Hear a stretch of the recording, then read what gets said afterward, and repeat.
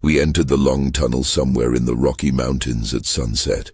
On one side, a blinding orange sun, on the other, thick darkness.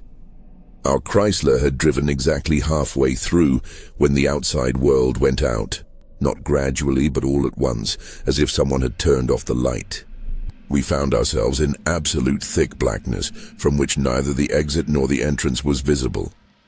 And then something knocked on the roof in that darkness. Once, then again, and again, I slammed on the brakes. The sound of tires on asphalt. A familiar noise that was immediately swallowed by an unnatural silence. It didn't echo. It just died, as if the tunnel walls were padded with velvet. "Hey, careful!" screeched Lisa, my wife, grabbing the handle above the door. "Did you hear that?" My voice sounded alien and too loud in the oppressive silence. I heard it.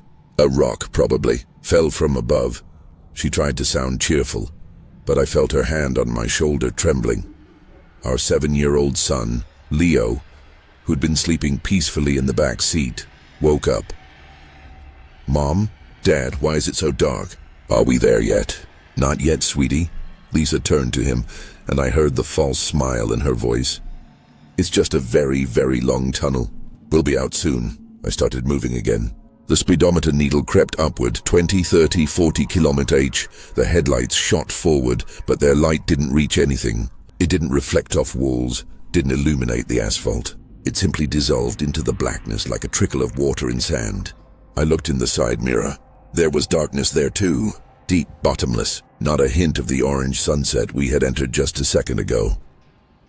"Mark, we were supposed to get through it in 3 minutes." Lisa's voice grew quieter. "It's already past 7. I looked at the clock on the dashboard. Showed 6:47 p.m. We had entered at 6:45, 2 minutes. But subjectively, at least 10 had passed. Thump again, right above my head. This time the sound was louder, more distinct. Not a rock. Something more massive, yet hollow, as if the metal had been struck by the knuckles of a giant hand. Leo whimpered. "What was that?" "Nothing, son," I said too sharply. "Sit still." I accelerated. The needle trembled and climbed to 60, then to 80. The engine roared, but there was no sensation of speed. No wind, no vibration. Only the roar of the engine, which also seemed muffled, as if we were speeding through cotton wool. "Mark, slow down," Lisa said fearfully. "We can't see the road." "What difference does it make?" I almost shouted. "There is no road here." I hit the brakes. The car stopped instantly without the usual lurch. I turned on the hazard lights. The orange lights blinked, but their light didn't penetrate even a meter. We were hanging in the center of an infinite black sphere. Then I opened the door. "Mark, no." But I was already leaning out. The air was cold and still, smelling of ozone, like after a thunderstorm, and something else. Metallic old. I shone my phone's flashlight down. The asphalt was there. I pointed the beam forward along the car. It hit the blackness. I shone it upward and I saw it. There, where the tunnel ceiling should have been, hung something. Not a creature, not a form. It was a dent. A huge car-sized dent in reality itself. The edges of the asphalt and concrete were twisted inward, like the petals of a wilted flower, and at the center gaped an absolute void, blacker than the surrounding blackness.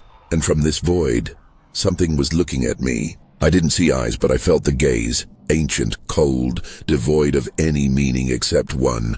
Hunger. A sound came from the dent. Not a thump. Something between a grind and a whisper.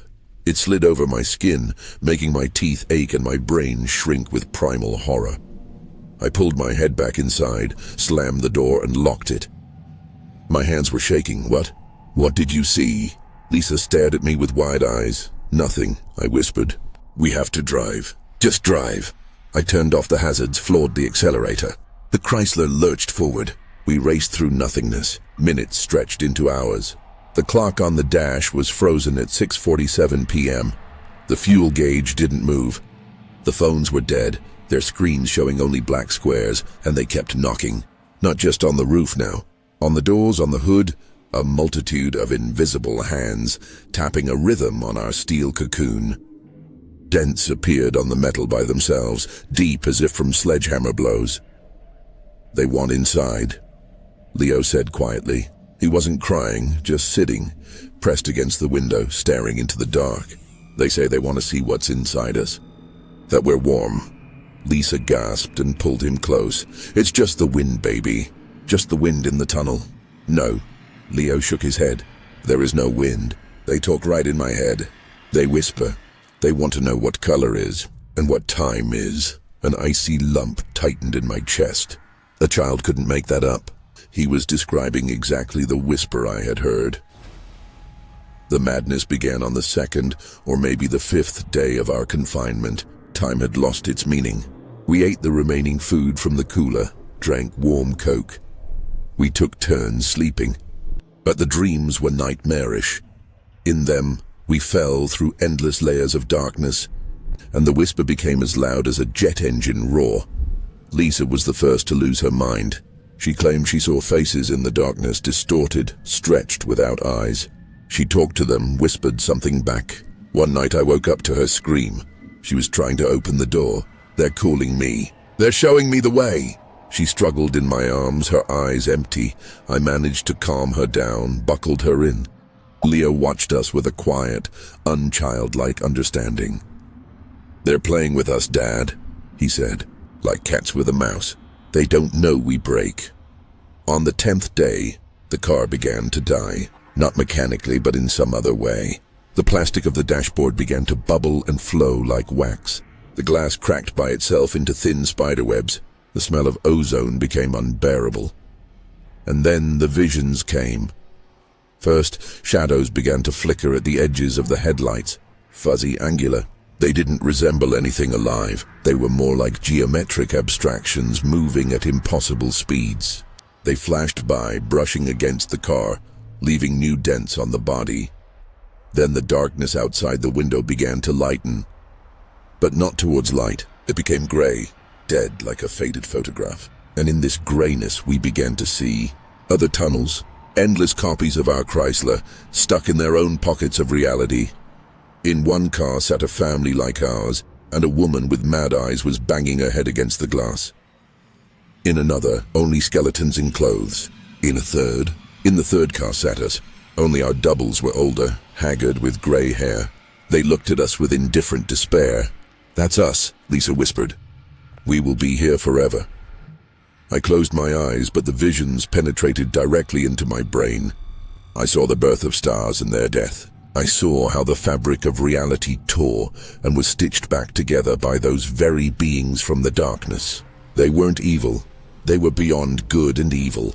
We were ants to them that had crawled into the clockwork, and they studied with cold curiosity how we would behave. The whisper grew louder.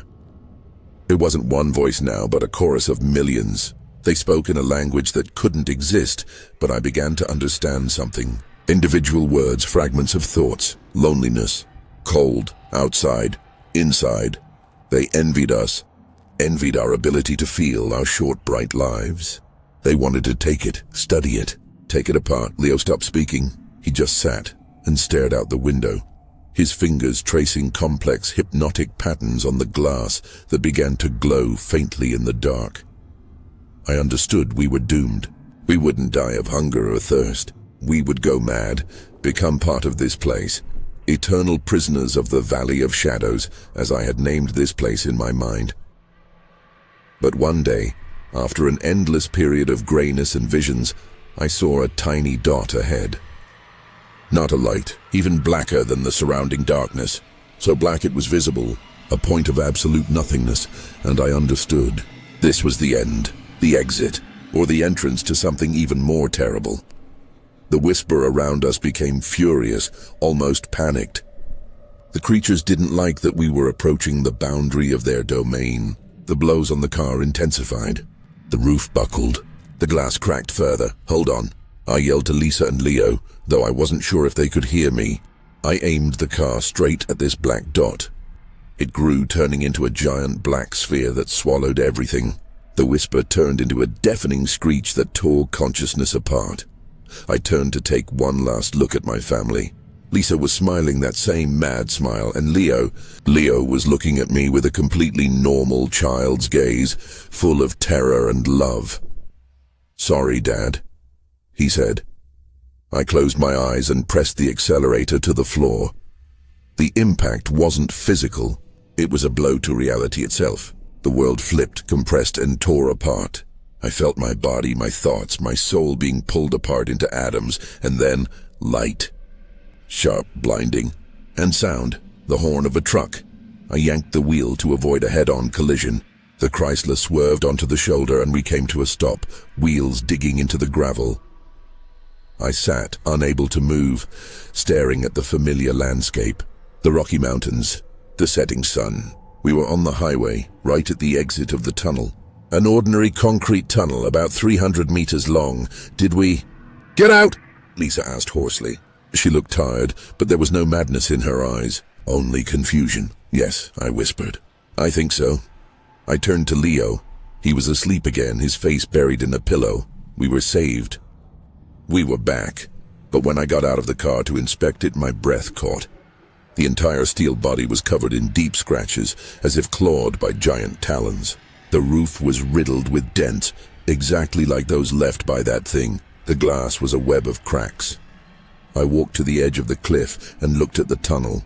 It was just a tunnel. Cars drove calmly back and forth. Lisa came up to me, took my hand. "Mark, let's get out of here, please." I nodded. We got back in the car and drove off. I watched in the rearview mirror. The tunnel shrank, turning into a small black dot.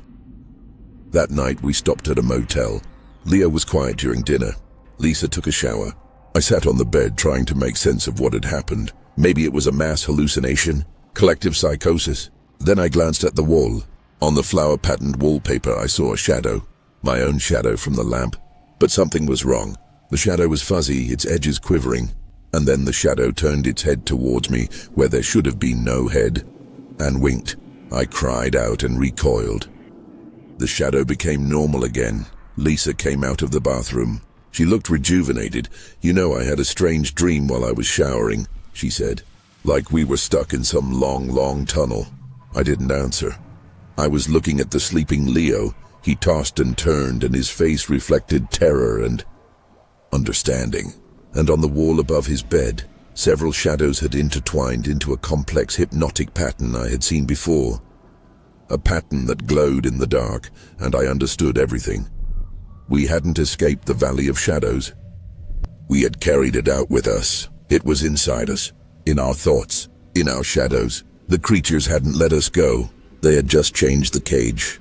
Now the whole world had become our tunnel, and sooner or later the darkness would knock again. But this time not on metal, from the inside. I walked to the window and looked at the night sky.